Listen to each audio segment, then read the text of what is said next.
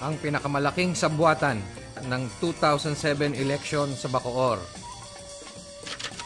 Ang inyong masasaksihan, maririnig at mababasa ay mga tunay na pangyayari, nakunan at naidokumento na nagsisilbing matibay na mga ebidensya kung papaano ginamit ang mga piling tauhan ng PNP, mga goons at pera ng isang mataas na opisyal ng bansa sa pambababoy at pagdumina sa nakaraang eleksyon sa Bacoor, Cavite.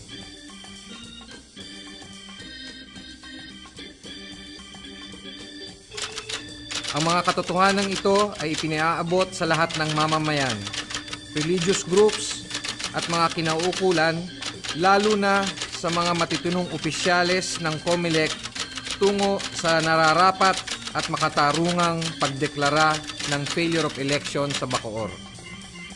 Bakit ang mga ballot boxes na supposed to be kukunin ng mga teachers o ng mga COMELEC clerk o ng mga watcher nila, dapat yan, kinukuha yan ng eve, di ba? Pero nagtaka nga ako kung bakit Sabado pa lang, pinagkukuha na ng mga watcher ni Strike ang mga ballot boxes at hindi lang dinala sa school na supposed to be sa eskwelahan to protect that. Anong malay natin kung meron itong laman na sa loob? So wala kaming ginagawang masama. Bakit ginagawa? Lumaban sila ng patas. Hindi yung lukuhan. Dapat magbutuhan ulit. Kaya mayroon kaming mag-file kami ng petition. Kumbaga sa dahil parang hindi na babuyan na ito eh. Bakit ginagawa niya? Dahil marami siyang pera. Senador siya, binuto namin siya para pagka-senador. Pero mayroon ba siyang nagawa? Sa Bacoor, wala. Pero bakit ginagawa niya sa mamamayan ng Bacoor? Ibinulgar noong Pebrero 2007 ang balak ng isang mataas na opisyal ng bansa na dominahin ang kapulisan ng Bacoor at buong Cavite bilang preparasyon sa darating na halalan. No? Kaya itong labanan na ito, siguraduhan, hindi tayo papatalo dito. Nakataya dito pangalan ng Revilla, pangalan ko. Nakataya dito yung 2010 ko. Araw-araw nakatutok na ako sa Bacoor. At hindi ko hayaan matalo ito dito. Atin ang polis. Yung Bacoor na papanta na yan. Ang COMELEC, ngayon nang sabihin, supposed to be neutral, pero hindi tayo matadaya niya. Wala mang tayo pamandaya. Putang nila, matik ba naman nila sila madaya, putang nila. At hindi kayo nagkamali ng taya, at sigurado panalo ito. Malacanang nakasuporta rin sa atin. At kung sino may nag-aaras sa inyo, kunin niyo yung pangalan, kung taga saan, at kami nang bahala doon. Pero imbis na ayusin ito ng mga kinaukulan, ay sinuspinde at kinasuhan pa ang hepe ng pulis at ilang opisyal ng bayan ng Bacoor. Mula buwan ng Marso hanggang sa araw ng eleksyon noong Mayo 14 hanggang sa kasalukuyan, ang mga piling kapitan ng barangay, lider politikal at ordinaryong mamamayan ay nakaranas at naging saksi sa tahasang pananakot, pang-aabuso ng kapangyarihan at pagyurak ng mga karapatang ng tao.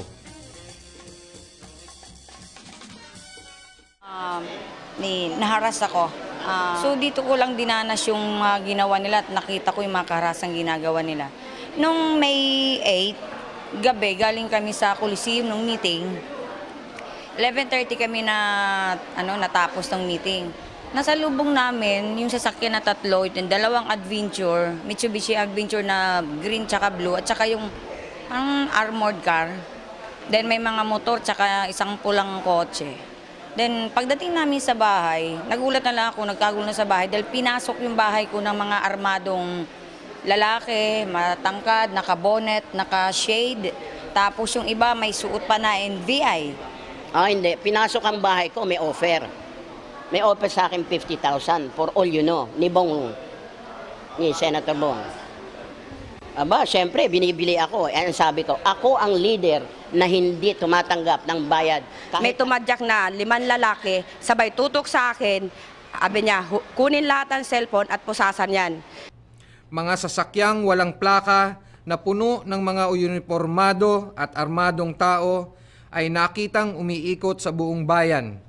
at pinostehan pa ang paligid ng kanilang mga tahanan ng mga di kilala at armadong kalalakihan na pumigil sa kanilang malayang pagkilos. Ang mga kapitan at leader politikal ng mga piling kandidato ay pinasok at hinalukay ang mga tahanan.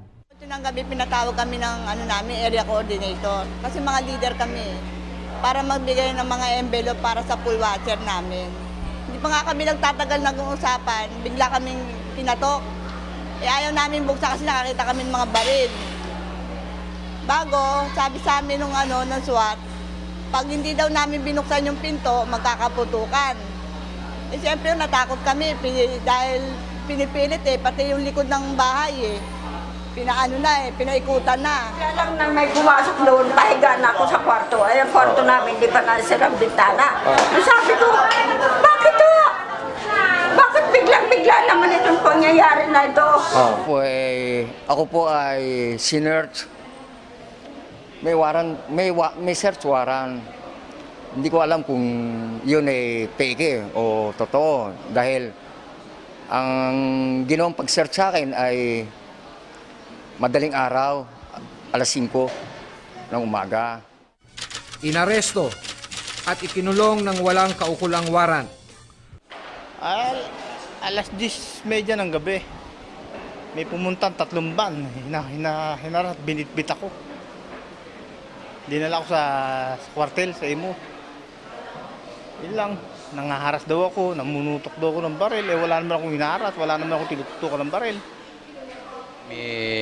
Bilang sa loob ng school centers ni GC Castillo, kasama kami ron na kabantay doon sa bigas. Kaya nangyayari doon ay pinadlakan kami ng pusa ng mga SWAT yun.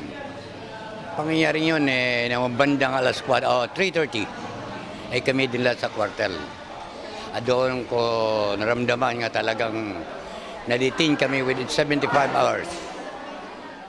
Kung meron man, ay gawa-gawa lamang upang maisakatuparan ang kanilang maitim na balak na matakot at hindi makakilos ang mga ito para sa halalan. April 4, ni-raid ang bahay ko ng mga PNP SOG ng kwartel. Hinanapan ako ng kung ano-anong armas. Maigi na lang at wala ako sa bahay. Pero ang nakuha sa akin ay isang 9mm na lisensyado. Kasi matagal sila nag-search, mga 30 minutes o 40 minutes sila nag-search sa bahay, wala nakita. So, kala namin nga papatayin na kami, sinundan kami hanggang Lungos. Nilabasan kami ng Armalite, tsaka 3 tao. Ang mga hindi abutan sa kanilang tahanan ay parang mga hayop na pinaghahanap at dinampot kung saan man masukol ng mga pulis at armado at di kilalang mga tao. Task Force sa GBC team. Kasi yung pangyayari sa akin, nag-advisory ko sa Lungos, Coastal. Bigla ko tinigilan ng 2 kotse kag pinagbabaril. Ay doon sa punto ron, may nakilala akong positive na tao kung sino ang nagbaril. At sila ay sinampahan ng mga walang basihang kaso. Attorney Robert San Jose ay sa kasalukuyan ay ini-inquest na namin sa 3 kasong isinampa namin laban sa kanya. Unang-una ay yung direct assault upon an agent of person in authority, 2 counts. Grave threats na 2 counts din. At saka ng violation of Omnibus Election Code. Naglagay ng mga illegal na checkpoints ang pulis ilang araw bago maghalalan sa mga piling lugar at barangay upang takutin at hindi makakilos ang mga lider politikal, mga taga-suporta ng ibang kandidato at pati na ng ordinaryong botante. Gabi ng Mayo 9, pinasok ng PNP Provincial Special Operations Group o SOG at SWAT nang walang search warrant ang isang pribadong learning center na headquarters at pag-aari ng kasalukuyang mayor ng Bacoor na si Jesse B. Castillo, na kandidato bilang congressman ng 1st District ng Cavite